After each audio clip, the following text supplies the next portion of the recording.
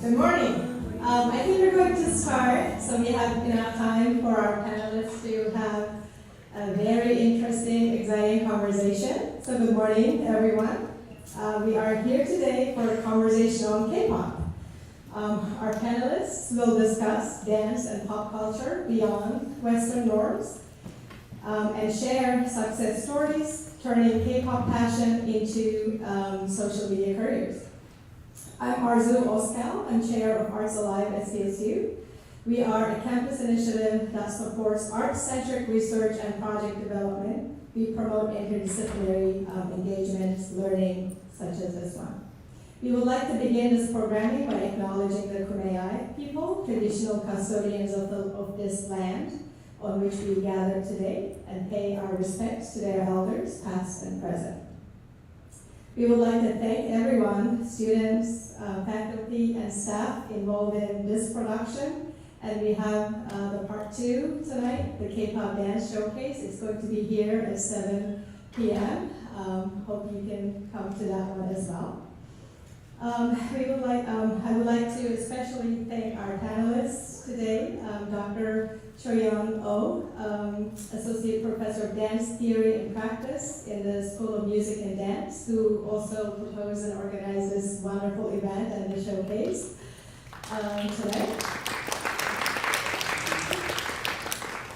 She offers the first K-pop dance courses in the U.S. At San Diego State. And she is the author of K-pop Dance, Fandoming Yourself on Social Media, which is a very, very great book that I started reading this weekend. Very inspired. Dr. Virginia Lohagen, Director at CSU APITA Center, Professor in the College of Education. She is the author of several academic publications and more than 70 children's books.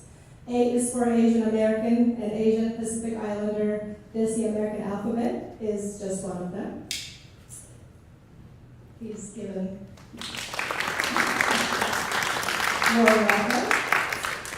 Chitra Gopalakrishnan, lecturer of graphic design at the School of Art and Design. She is a co-founder of rural social enterprise in India called Kara Weaves. And she runs an interdisciplinary studio practice mixing motion graphics, painting, AR, and typography. Emily Chuyun is a graphic designer, illustrator, one of our panelists, but however, she is looking for parking at the moment. So we all know SCSU, so she'll be here momentarily. But she is a former student of Chitra, and Emily is a content creator on social media and a big K-pop fan. And Cherry Sakura, oh, I think she's here. On time. Right on cue. And Cherry Sakura is a content creator, YouTuber, and founder of Control Alt SD K-pop dance team. And she studied visual arts in college. And before I hand the microphone to the panelists, I would like to quickly acknowledge the SCSU leadership, the Campanile Foundation Adams Endowment Grant, and One SCSU for their support to our programming. And of course, the Arts Alive team, especially Elizabeth Allison behind the camera, our public affairs and communications specialists. Please note, checking in is required. Please use the iPads if you haven't done so on your way out. We would appreciate that. Thank you so much, everyone. Thank you so much. So I have the distinct honor of both serving as a panelist and a moderator. So those of you that know me know I love to talk, so this is fabulous. But I'm so glad to be here today and to see you all in here. I just want to, let's start off by seeing how many Army folks do we have out there? How many folks are, oh, there you go, Dr. Kabbalah, great. Be proud. All right, cool. All right, how many of you have heard of K-pop? Okay, everybody should, because unless you're living in a cave right now, you know what K-pop is. It's everywhere. So we're very excited to be talking about this today. So the first question that we're gonna ponder is, what does K-pop bring to APITA and our SCSU community in general? So APITA stands for Asian Pacific Islander Desi American. So I'm gonna start with Dr. O. So what does K-pop bring to APITA and our SCSU community in general? So I think Virginia can answer the best for this question. But just to get started, I think one of the things that makes Apida community exciting through K-pop is that we haven't had much positive media representation about Asian and Asian American in general. So a lot of my students who started their dancing career as a K-pop cover dancer and later turned into more professional, they sort of shared the first time when they saw BTS, for example, on the mainstream American pop music and all the awards. And they are not, of course, Korean or Korean American, but they found all those childhood memory quite empowering because BTS, for example, was literally the first Asian figure they saw from the mainstream television show. So, Cherry, would you like to add to that? Yes, of course. Hi. As you guys may know, I am part of a dance team called Control SD, and we are doing our very best to represent San Diego and the SDSU community.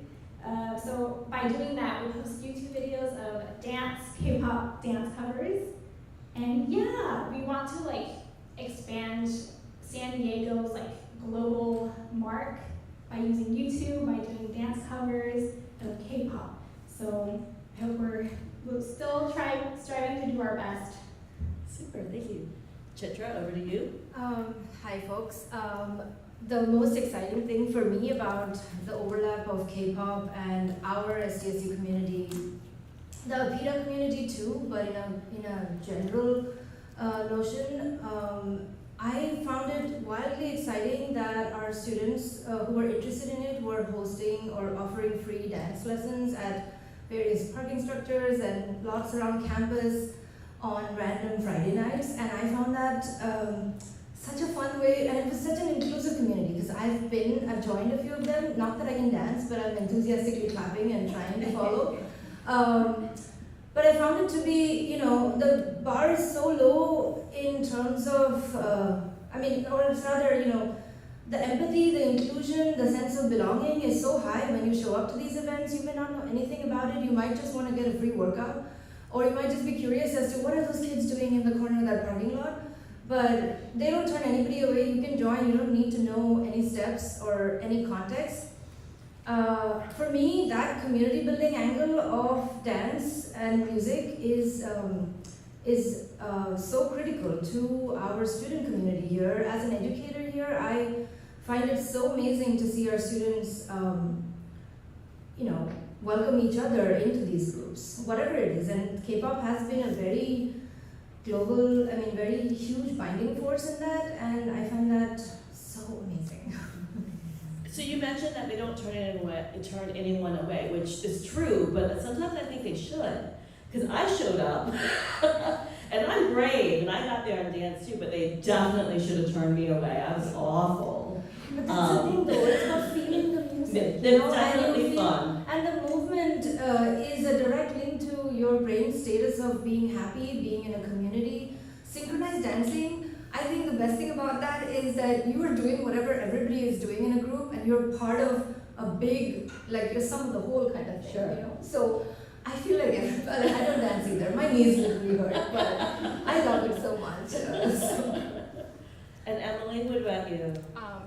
I'm in the same boat. I don't really dance, but I love. I'm kind of in the same boat. I don't really dance, but I love watching music videos, watching performances and stuff. And I think I'm on more the visual side of things, where I'm more interested in the graphic design of things such as the K-pop albums. You see, in comparison to Western albums or just merchandise, you don't get as much inclusions and stuff. And that's the thing I geek out about. I don't buy as many albums, but I will get excited when I find photo cards, stickers. I admire a lot of the TXT albums and their comebacks because their logos are so good with each comeback, and I think that's the thing that gets me going with K-pop besides the music itself is just the art, even the music videos itself. I also apologize, I'm speaking very fast. But even the music videos itself, it's there's a very good storytelling building with them. For Yuji's example, I got into them because there's a whole conspiracy theories with each music video, and that's just a whole aspect in itself, and I think that brings in a lot of the audience because everyone loves like curiosity and like just focusing and like just getting their minds going about conspiracy theories, stories, even the visual aspects of like K-pop in itself. Did I explain that very well? Yes, you did. You did a great job. You did a great job. It's okay. We know that SESU parking is a mess, so I know, I feel like breathing really heavy. we're still coming down. Yeah. That's okay. I just to add to this, I know you brought up K-pop being a binding agent, and I think that's what I really see in my space. As director of the PETA Center, we host a lot of the PETA initiatives and programming, and our K-pop programs are always a hit. And this is having heard Dr. O talk about her wonderful research. I know that a lot of what you also talk about is the fandom, and I think that that's part of the community, right? It's not that you don't just have to perform it to be a part of this community. You just have to love it and be interested in it, and it's a whole big thing. And one of the things that I've found is that it is something that people can talk about, right? Strangers. If they see a sticker on your water bottle, which I know that's what y'all do now, but if they see that and it's related to K-pop, folks it's a conversation starter.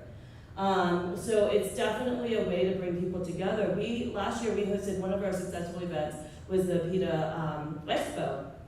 And we had K-pop, we did random dance playing, we had other pop culture, but it was the highest attended Aztec Nights event outside of Welcome Week.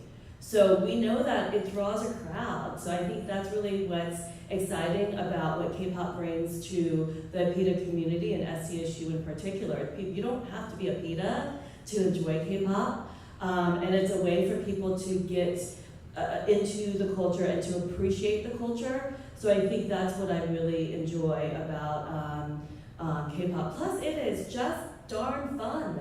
It is a whole lot of fun. So thank you for your comments and for being a part of the big fandom, I guess, that we have. So the second question, and I want to also give kudos to Dr. O for creating these questions. So these are her questions as well. But K-pop has opened entrepreneurial and small business opportunities to many. Can you share your experiences? And that can be the visual arts, digital content creator, dance, etc. I think we've kind of touched upon that, but if you want to add to that, I would like you to do so. So how has K-pop opened up entrepreneurial opportunities for you? So I think we'll start with Emily, because you... I think that's the main reason why I'm here. Because I have a semi of a small business. I just have put it on hiatus for quite some time now, but when I got into K-pop because of BTS, and I'm an artist on the side and everything like that, and I just loved everything visual about BTS, and just after a while even K-pop in itself. And so I ended up creating my own little business because I love to paint, and I just love quote unquote subtle K-pop merch. But granted, when I was making my business at the time, I would say painting jackets of scenes from music videos, or just K-pop in general on jackets isn't super subtle, but it could be, I guess. And so that kind of just opened up my opportunity in terms of creativity, because I've been exploring different things. I mean, I got into graphic design because I love the K-pop merch and the design aspect of that as well. I also have done some physical prints of things, digital art, and that's just more of me just getting more and more into my creative side, because I feel before K-pop I was in just the arts, but not really practicing per se. I just would say I'm an artist, but I don't have enough work to really show it. And now I'm kind of at a space where I'm I think I have a little bit going that maybe people know me possibly from TikTok for a little bit at some point, and then I died off of there, unfortunately, so probably you won't know my account at all, but that's kind of where I am with the whole entrepreneurship, I would say. I'm still kind of just building a little bit of a brand, but we'll see where that goes from here. Yeah. So Chitra, given your background in graphic design, what can you add to this conversation? First, I want us to say she has wildly undersold herself. Her work is phenomenal, and the subtle attention to detail is just something. She's got some samples to show you folks later. But yes, I think, I'm curious about this. I'm visiting the cup sleeve events or the little markets that are held around town where people make merch. I find it so incredible to see the number of women-owned businesses that are supported or that are actively participating, generating income, doing so well, thriving in the marketplace here in San Diego. So the women-owned businesses, the backgrounds of the people are so diverse. They could be Asian American, they could be Latinx folks. There's, a wide variety of people who are, I find that fascinating as a small business owner myself, in India though, and which is funny, our small team of, I run a social enterprise that works with textiles and hand weaving, and our company is intentionally only staffed by women and run by women, but who knows? Our whole team is BTS fans. That is something I found out about them much later, but it's wild to me that in rural India, in southern Kerala, there is this office full of BTS fans, and they're not the only ones. There's so many people in our community who discovered this. I think the pandemic was one of the reasons where your world was inside your phone. So it again dovetails to Dr. O's book and fandoming yourself on social media. But I think entrepreneurially, it's wild to see the ways it has impacted the economy of our region here. Can you speak more about, and I just learned about the cup sleeve community. Can you just, for those of us that don't know about that, can you explain what it is? Who wants to do that? I can help explain it if anything. I think they host these events. I also thought the term, I didn't know what a cup sleeve was. I thought it was like a type of sleeve. Okay, let me say the cup sleeve part. So usually these events are held at like boba places for the most part, because like a lot of the K-pop community loves boba, and so these events are held at boba places. And the reason why we can't say cup sleeves is because these like events, the creators behind them will also like probably have their own team in itself. Will create like little like sleeves to go around cups for like, let's say a member's birthday, an anniversary, or a music comeback of some sort. Yeah. And so we just have like this whole thing. You just buy a drink, get a cup sleeve to be a part of your like little collection of whatever you have, and then you also get to explore like the other small businesses there, because at this point the community has gotten to like actual like small vendors and businesses now. Because I was at one of the first ones that were here, and it was just like a little like boba party. Like that was really it before we got to the point of like, oh, you can like have businesses around and showcasing their work as well. The thing that drew me in, apart from a little party and selling merchandise in a park, outside of a store, all of these local chapters also fundraise alongside selling these drinks, and so they advertise this, they market this as an event by boba, but a percentage of sales are donated. Every event donates to local charities around, and so I feel like it's such a big volunteer effort to organize these meetups or these vendor spots, not only allowing local business owners to sell their products, and the boba shop obviously benefits, but also nonprofits in the area that they fundraise for. So it's a very complex and very empathy-driven point, which comes to, we're going to talk about that later in the point too, but I'm here for that. Empathy, it's all about that. Well, I also want to take a minute while we're talking about Cup Sleeve too, to also talk about the Makers Market at San Diego State. So the PETA Center and One SDSU, a couple of years ago, we launched the Makers Market that we host at the courtyard, and a lot of the booths are there. It's students. It's for faculty, staff, and students at SDSU. It's one of the few opportunities that students can make something and sell something on campus. And we have a lot of PETA Pop inspired products, stickers and cup sleeves and earrings, etc. So I just want to share that folks that are interested in doing that, you have an opportunity here at San Diego State. So the next Makers Market is in October, late October. So please make sure to participate. Okay, so I'm going to go over to Cherry. Can you talk about this question in regard to entrepreneurial and small business opportunities? Yes, well, K-pop has taught me so much. Way back in the day, I was not a dancer. I could not dance. I didn't know how to move my arms the right way, of my leg the right way.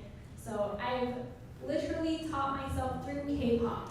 And yeah, because of that, I was able to create opportunities for myself, or K-pop actually has been able to create opportunities. And it's been a very long road, but it's possible, you can be a dancer. And yeah, I just want to toot my own horn, and we've been in contact with House of Korea down in Balboa Park, and we were able to bring KCLA down to Balboa, where P1 Harmony, I don't know if you guys know who P1 Harmony is, but they're a K-pop boy group and they're huge now, and I got to perform for them. It was crazy. And yeah, slowly my team has gotten into like cool paid gigs for performing and stuff. So yeah, that's my 2 cents. I just want to say I did see your performance there, and you guys did really well. I saw you. Thank you. We did a boy group. We were wearing the same, almost the same thing as P1 Harmony. I was fangirling them. You were in the vicinity of them. Yeah. So, Dr. O, back to you about the question about entrepreneurial and small business opportunities. I know that you have done a lot for K-pop in terms of your research and bringing it to the mainstream and bringing it to academia. That's a huge feat that I want to acknowledge, but how would you respond to this question? I'd like to add just one more thing to Cherry. So I met Cherry in 2018, was it 2019? Long time ago. Yeah, so when I started writing my book, I started working with K-pop dancers in UC San Diego. They still have one of the biggest K-pop dance team, like at least 80 students gathering every weekend. And that was the time, it was before COVID, so K-pop wasn't that popular. And I found Cherry and I interviewed her, and her stories is actually included in chapter 4. And she just started her dance team, CTRL. That is now one of the, how many followers do you have on YouTube? Oh, It's a yeah. lot, right? Yes, and we have a lot on TikTok. We're everywhere on Yeah. social media. Yeah. I think Cherry is like a living testimony to a lot of K-pop dancers who started as a self-taught dancers, but who have worked so hard to achieve a lot of things. So I'm really proud of her, and the thing that I wanted to share is that I think a lot of K-pop students like to have me, because now they finally have a professor officially talking about K-pop. But like all my students and also Cherry, who's been sort of with me when no one knew K-pop, was the inspiration for me throughout all these years. So thank you for joining us back, Cherry. Thank you. I'm honored. What was the So, so you've done a lot to bring K-pop into academia and into the mainstream. In regard, specifically in regard to entrepreneurial and small business opportunities, what would you like to add? Yeah, so I think everyone knows that K-pop is everywhere, from the street to social media. I think it's time that we could establish an official degree program, hopefully working with APIDA or theater or Asian studies at SDSU. The reason is that a lot of students do not find an official career out of their fandom. So I think we already have vast amount of people working as a small business owners. And that's one of the reasons I created a certificate program from a research lab that is registered to the South Korean government. But I think we could bring it to academia more officially so that they can turn their hobby into more official career. So. That's great, yeah. I have a practical question about that. So with the fandom and entrepreneurial experience or entrepreneurial opportunities, do you have to deal with copyright issues? I mean, if you're putting on the face of BTS, do you have to deal with copyright? I have not yet, but that is something I think about quite a lot. I will admit, one of my friends is also she was a little bit of a small business. She was making masks during the pandemic, and she was using just mostly probably inspired fabric. It wasn't even necessarily BTS related, but she just would probably write it out just so like the tags will show up and people will be able to find her things as easily. But she was getting copyrighted for that, like on Etsy. But it was just mostly like maybe the wording of things. But I haven't really like come across that. I mean, granted, there probably is a lot of artists and small businesses that will be using like their face and selling their things, and I don't know if they've probably dealt with it. Then again, there's also the mentality of like they can't catch all of us. So I haven't personally, just because I've been trying to not really sell their face at this point. But sometimes it's just hard to like get around that as well. But also music has been influencing visual culture Yes. for, since the beginning of both of them, right? So it's hard to, the way you take that music or the visuals or the storytelling into your work is a big part of, referencing something or copying something. It's really hard to know what is copyright and what isn't, like, to be honest. Like, some people will also just take complete inspiration and just, like, you'll recognize the face, but, like, that's not really them, if that makes sense. Like, the concept is completely changed. So it's, like, it's a very, like, blurry line, I would say, especially with art and copyright and, like, taking someone, like, their face and using it. So, I don't know, there's a blurry line, I would say. Well, and I think that's to Dr. O's point, why we need to have more conversations, courses, programs addressing these type of issues, because I mean there is a blurry line or fine line between fan art and business, right? And then we know that, again, and you brought up the music world and also the literary world, but there's also a fine line between parody and inspiration and then copyright. So I think these are great issues that as we grow, as the fandom grows, and as these entrepreneurial and small business opportunities grow, these are going to be the type of questions and issues that impact that. And I think to your point, that's why we need, right? That's why we need some specific programs and specific academic structures around learning about those things. So that's great. Okay, so the next question, I'm going to combine the next two questions actually, because I think they're similar. But why K-pop? We have all this pop music around the world. So why K-pop? K-pop, I think there's no doubt that it has hit a global market. And it has found fans around the world, in India. And it's attractive and appealing to a lot of people. You don't have to be, I think, even a fan of K-pop to like K-pop, right? It is catchy, it's everywhere, you hear it. And like Dr. O said too, it's everywhere from KCON to the street. So social media, the street, you just can't get away from it, it's everywhere. So why K-pop? Why did K-pop hit our interest compared to other pop music, and why does it matter, and how does it serve our community? So I'm going to start with you, Chitra. Yeah, this is my favorite question in this list, and I think about this all the time because I'm a pop music fan. My work, my research, and my practice revolves around the community, revolves around how we can better understand each other, support each other, be there for each other. And I feel like the K-pop industry, of the relationship of the fan to the idol to the fan, and the community mimics that in a lot of ways. It is an empathy-driven approach to music, fan culture, all of that. If you've ever attended or been in one of those groups, you see how you don't really step into it feeling like you're gonna, enter this like crazy fair and lose sense of where you were at. It's the other way around, where you walk in and you feel like you just stepped into your own house and you're hanging out with a bunch of friends. So there is this empathy-driven approach to fandom, which I think that's what drove so many folks to it, because of the general lack of empathy in other fields or in a lot of other cultures around us. And this is welcoming you. So, and it's welcoming you as you are. You don't have to change for it. Like you don't have to learn. You don't have to be the best at choreography for it. The opposite is true. It doesn't matter. You're there. Your existence is validated. Your experience is validated. And I think, there's something interesting about that point about an approach to music and fan culture that is wildly, radically empathetic.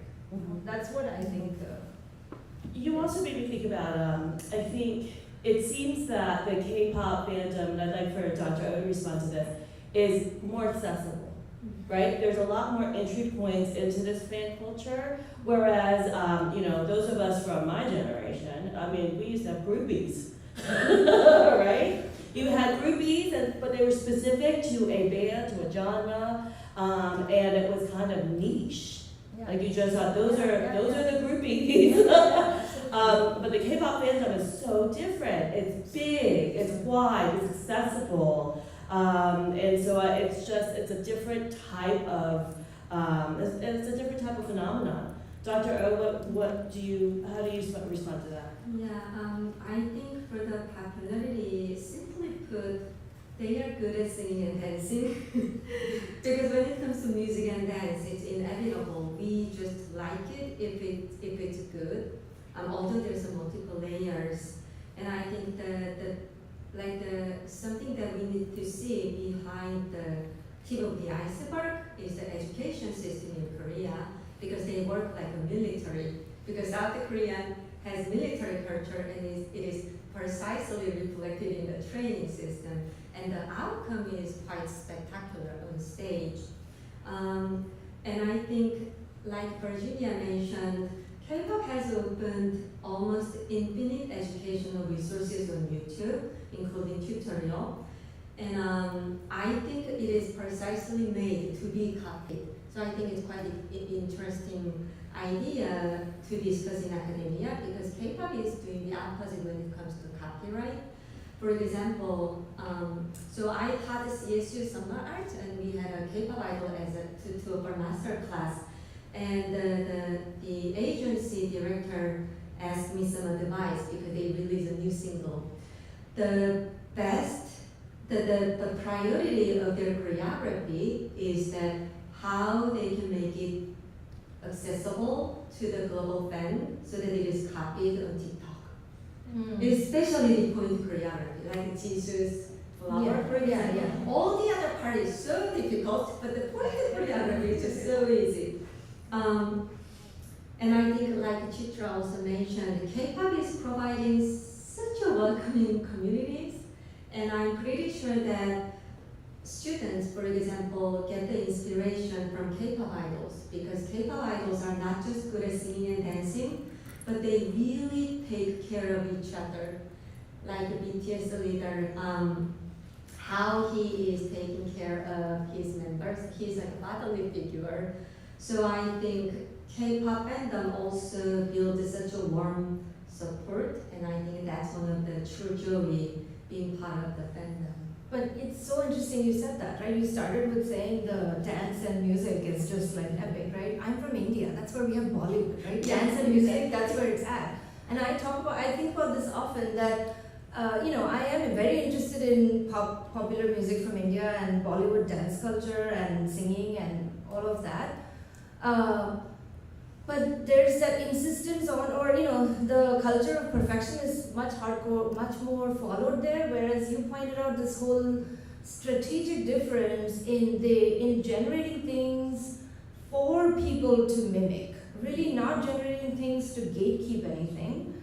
And it's the reason why BTS or similar bands win top social media artists awards and music functions, because they really connect in a different way. By the way, I'm here to talk about K-pop, but I only know BTS, so I can only tell you about my mindset about this one band, but it's a very big community that I found through that. So yes, I do know all the other songs as well, but from a deeper perspective in understanding the culture and fan culture, I think about this, the dance, we talked about the Bollywood influence and or Bollywood, and this is very similar, very related, but one community is really engineering it to be replicated, to be everywhere, Sure. Intentionality. Sure. And I know that you brought this up too, but I think there's the role that social media plays, right? Because I hadn't thought about that, but I think that's great, like, when you think about Bollywood. Because Bollywood is so much fun as well, right? So much fun, dancing, kind of like the outfits, it's just so much fun. But it hasn't hit the way that K-pop Yeah. has hit. You know, and I think that social media plays a huge role in that. Emily, how would you like to add to that conversation? I mean, Chitra kind of brought up the whole community aspect of things. I mean, the reason why Chitra even asked me to be here is because she found out I was ARMY, and I kind of clocked her during class with her little BTS like ARMY pin, and I'm pretty sure that's either the same exact one or it's a different pin. But I just want to bring that up because I feel like even though K-pop is a global thing, it almost feels like still like a little bit of a secret because. I mean, a lot of us might still not want to say that we're a K-pop fan, but as soon as we see like a little item, we're gonna like someone else, we're gonna be like, are you a fan of so and so? Or are you a fan of K-pop? I mean, that's how I found a lot of my friends was because of that. I mean, I go to events or I just would be out and about and like see a little item that I would recognize that's from K-pop, and just immediately it's like coming home to like a family because then you just immediately find that connection because of this whole community that's already built. And then aside from the community part, it's just the visual aspect of it. I think all of us likes pretty things, and I think when we watch like a K-pop music video, we think it's so pretty. Like the production is so well done. Like you can see how much time and effort, even the story building, like is thought out. That like it's captivating. Like you just want to like watch it, find out maybe more about them, more about maybe their music video, the process, the art behind the things, the graphic design, anything of that sort. I mean, that's kind of how I fell into it, just because I thought like, wow, like visually this is really like, you can take some of this creatively and like build something out of it for yourself, because that's mostly why I fell into it, besides the music, is the visual aspect of it. And Cherry? Yeah, to go back to how K-pop wants you to replicate your dance, I feel like because of that, it was like the only reason why I started dancing. I used to love theater and music, but I wasn't a dancer. And I wasn't even a singer, I wasn't anything. I just would like be in a corner, like draw and stuff. Like I didn't know, I wasn't comfortable in myself. And then I saw K-pop and I realized, oh, maybe I can do that too, because it's not as hard as theater or musical dance can be. So, you know what, one day I tried it, and I felt like I could do it better, and it just kind of pushes you to keep trying it. Like, every time they come up with a new dance, like, I want to try that dance, I want to do this dance. And with more opportunities of this, KCON specifically has given a lot of fandoms opportunities to even be on the crypto arena stage. I've already been on it twice. And it's incredible. It's very hard, but it's incredible, and it's crazy what, you know, K-pop can do. Like, I just started dancing in my room, and then here I am dancing on the crypto arena. Like, it's crazy. Can you say more about KCON for those in the room that don't know what KCON is? Oh, sure. Oh, yeah. So KCON is a K-pop convention. It's like Comic-Con, and it's in LA. And the process to be on the stage to dance with your favorite idols, you pretty much have to submit a video online and submit through there. And then they choose you from the online pool. And then from there, you have to audition again the same day that you're going to be on the stage that night. So it's a lot. But this year they actually had choreographers from the industry, from the K-pop industry. For example, Taemin's choreographers, Everglow's choreographers, they were judging this year, and it was pretty cool to like stand in front of them and dance in front of them. It was scary, but I feel like KCON is kind of like pushing that boundary of fandom and their K-pop idols. Good, thank you. So Dr. O, why K-pop? So we'll have you finish that question for us. Aside of all the political conversation, I think K-pop has potential to make people feel happier about themselves. Oh, sweet. I want to kind of piggyback on some of the little comments that folks have made, but especially the visual aspect. So Emily, you brought up the visual aspect, and I know that, again, I've heard Dr. speak before, and one of the things that struck me about K-pop is the visual aspect of even the dance, not just the graphic part, right? But how visually you're using, and you talk about using your hands, using your smile, your eyes, like all of that goes into the K-pop dance. And it's very visual. And I think that, you know, when I think about social media, that's what we're doing, right? Social media now is very visual. You know, I know that y'all swipe. You don't really read text. But you swipe, and you know, it is a very visual thing. Can you say more about that, Dr. Yeah, so I wrote that social media is a stage, but the stage itself is the smallest stage. So you need to make your features bigger. That's why all the dances are focusing on the upper body and face. And I think there's a lot of similarity between TikTok Dance Challenge and K-pop, because they are using like literally the face as a choreography. So you can see in 10-second video, you will likely see like 10 different types of facial expression, like grimacing, tongue, and winking, smiling, and intense eye contact. So it feels a little crazy, but otherwise the audience will swap and move next to the next video. And so my husband is managing my social media, and he posted a video of me rehearsing, and he ended up posting like almost like 6 minutes of video on Instagram Reels. So I texted him, honey, thank you, please post it in 10 seconds next time. Because that's the mechanism what the audience expects. So I think there's a pros and cons, but I think the beauty of social media is that it first opens up the possibility to almost everyone as long as you have a smartphone. You're brave for letting your husband control your social media side. I don't even let mine near mine. Of course, I'm talking about him mostly. But we have about 10 more minutes. Right? Yeah, 10 more minutes. I want to see if the audience has any questions. Are there any questions from the audience? I am a teacher, so I will give wait time. Okay. So if you have any questions, please shoot up your hand because I want to take them. But in the meantime, I'm going to ask some questions. So tell me if I want to go to each one of you and just ask, what is your absolute favorite thing about K-pop? Just one thing and one word. It doesn't have to be one word, but one concept. Emily?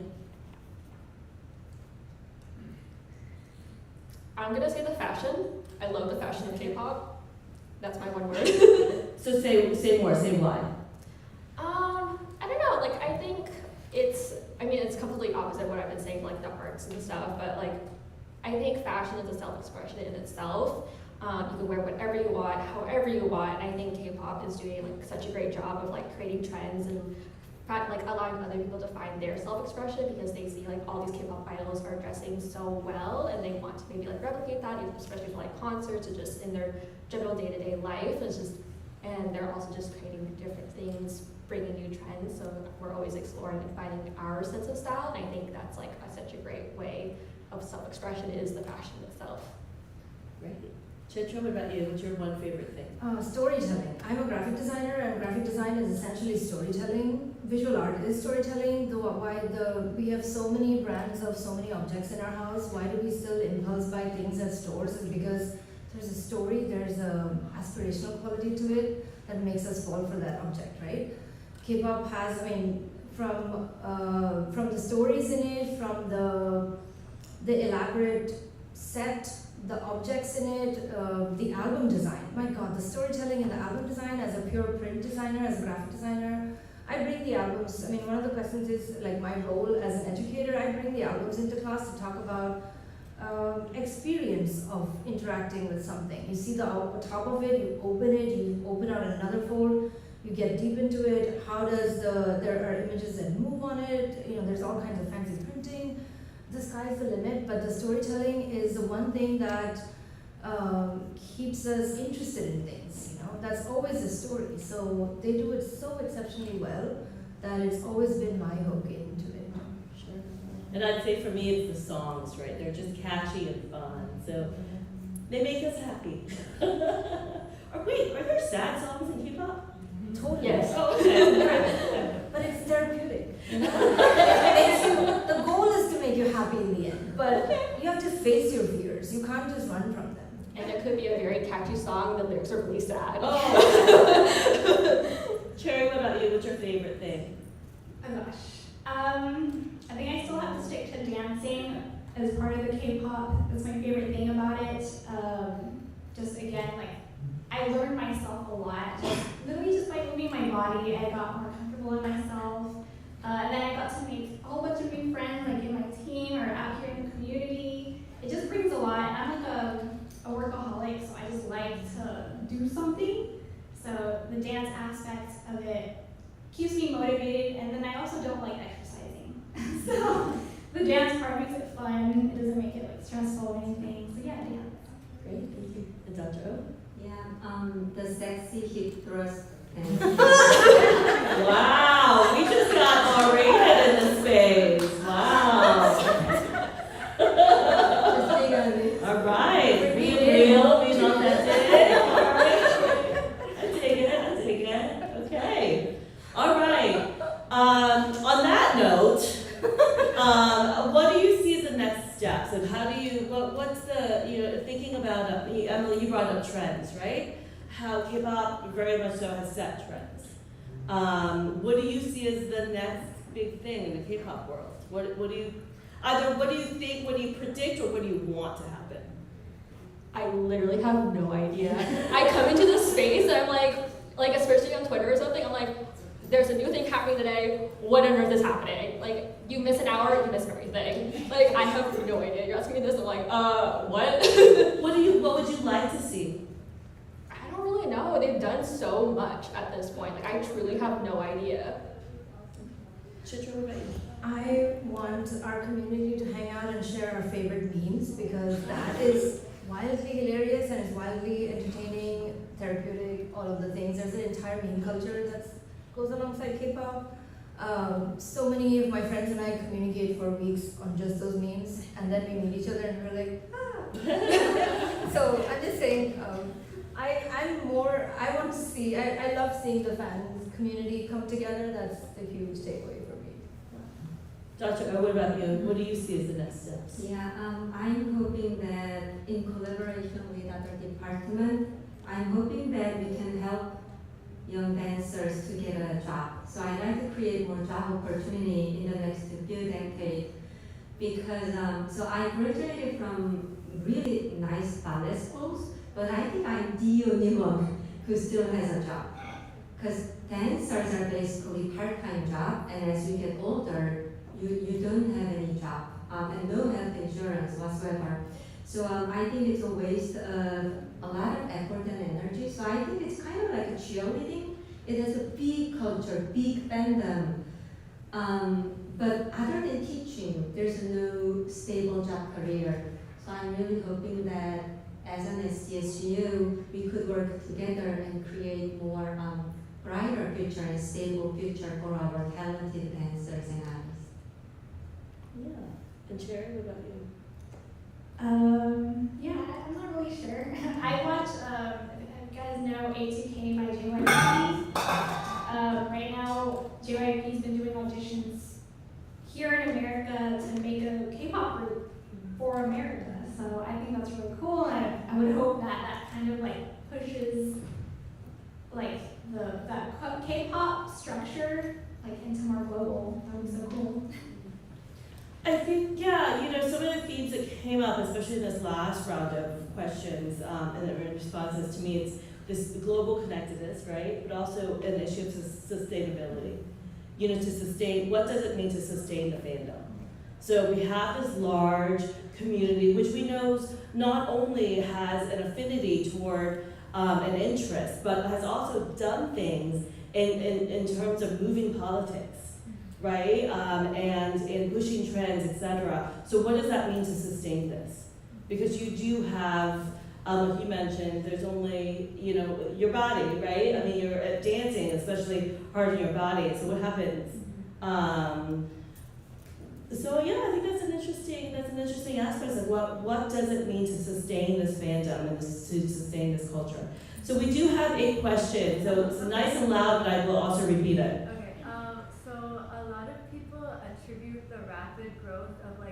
K-pop as an industry to the fact that it fosters parasocial relationships with people who like into it, like with fans, like by not having the idols be allowed to date and stuff, so people can be like delusional and think that they have a chance. So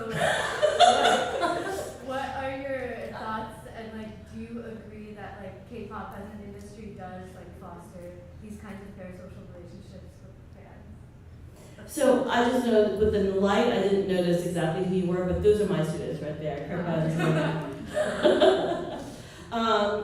So who would like to respond to that question?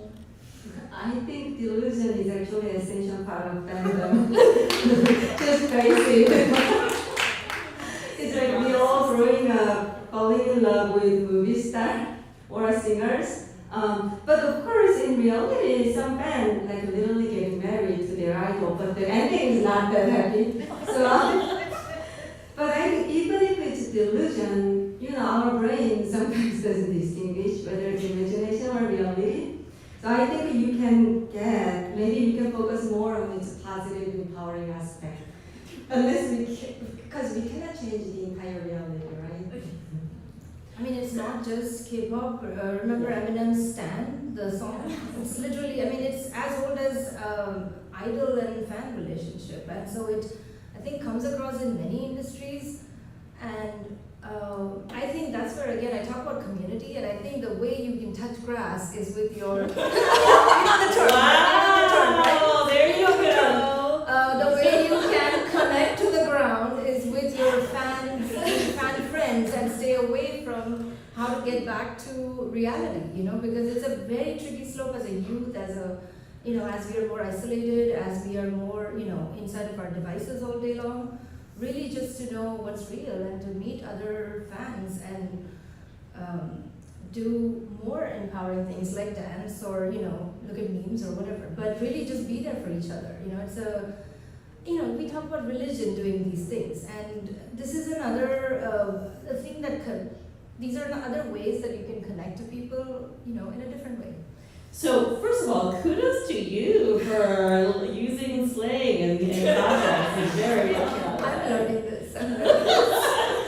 But I also think that there's what I find fascinating about K-pop is, I do think that there's a sense of delusion when you think about the idol to fan, right? But then the fan to fan,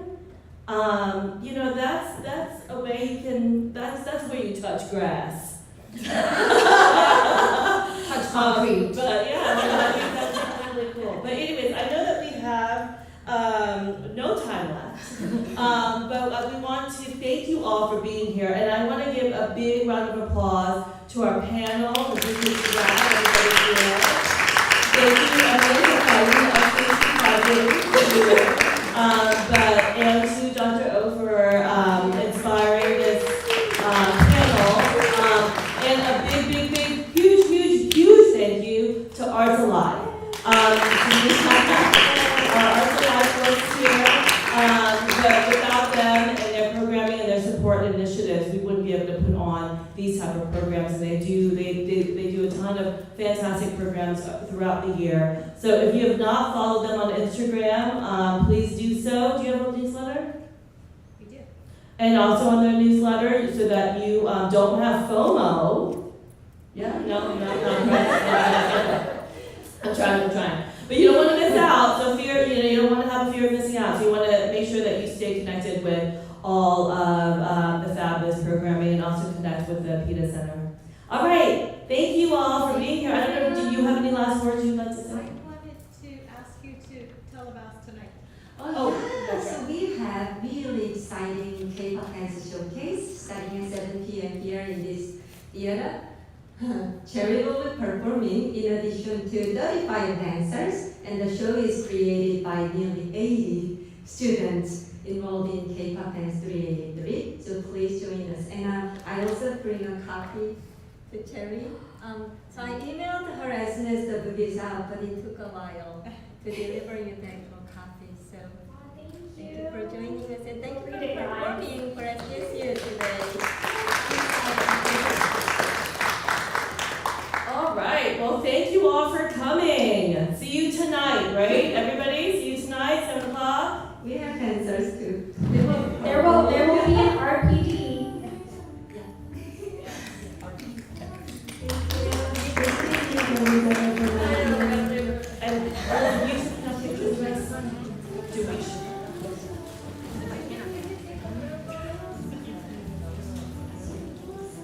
We could get Kripa. Kripa. Yeah. Take a picture of us. To do it. Arzu and Elizabeth, can we get you in too? I'm not busy tonight. It's just like it's a long wait for me to be like, to back and forth. So I was like, Kripa, are you running the I can class? try. No, I can, because I don't, I mean, Chitra and Emily, do you want to let's get in? Group photo.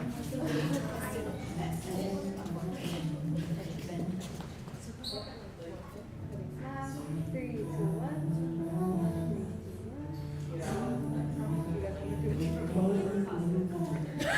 Girls like, can you be more fun? Yeah.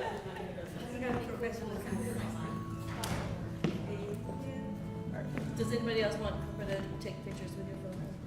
Good, okay.